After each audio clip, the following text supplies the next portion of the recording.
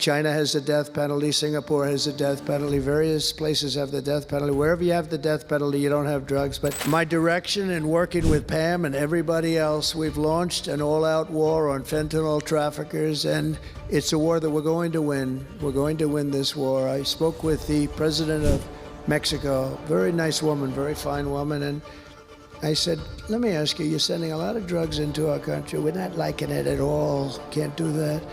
But I said, is Mexico, does it have much of a drug? She said, no, we're not a consuming nation. I thought it was an interesting term. And I said, why? And which I've heard also, by the way, they're not a consuming nation. They distribute, but they don't consume.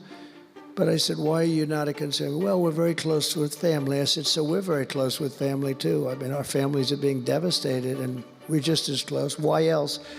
She said, well, we spend a lot of money on advertising saying how bad drugs are. They're very rough ads. They show the skin falling off and the teeth falling out and going blind and losing hair and everything that these things do. That you look like you just came out of a horrible concentration camp. And she said it was, they're rough ads. And it's not often that I feel I've learned something from a phone call, because I've had a lot of phone calls over my life. But I realized right then and there what a great idea that is. And we have hired Susie, a great person who did a lot of our campaign work. And we've come up with an advertising campaign that's, I think, really incredible. More than anything else, it's terrible to watch. Terrible to watch. It's the only way it's going to work.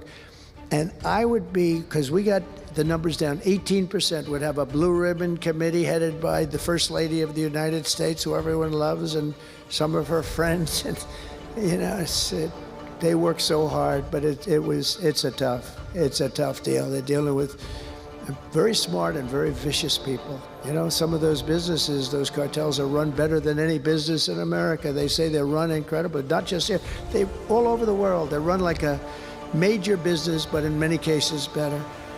And I said, we got it 18% down. Well, 18% is incredible. It's like a record, but when you think of it, it's not very much.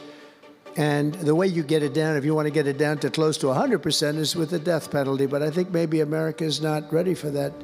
China has the death penalty. Singapore has the death penalty. Various places have the death penalty. Wherever you have the death penalty, you don't have drugs. But I just don't know if this country is ready for it. So I tell people, and it's always an option, but I don't know. I just don't know if you're ready for it, and that's okay. It's nothing you can do. But what we're going to do is we're doing this campaign, and I think we can get it down 50% with this campaign, because when people see all the horrible things that these drugs do to you, we're especially focused on fentanyl. When they see all of the horrible things that happen when you take drugs, how you look, you lose your look. Everyone's vain. They don't want to lose their look. The look is so important. And I think when they see these things, they may say, you know what, I'm going to take a pass.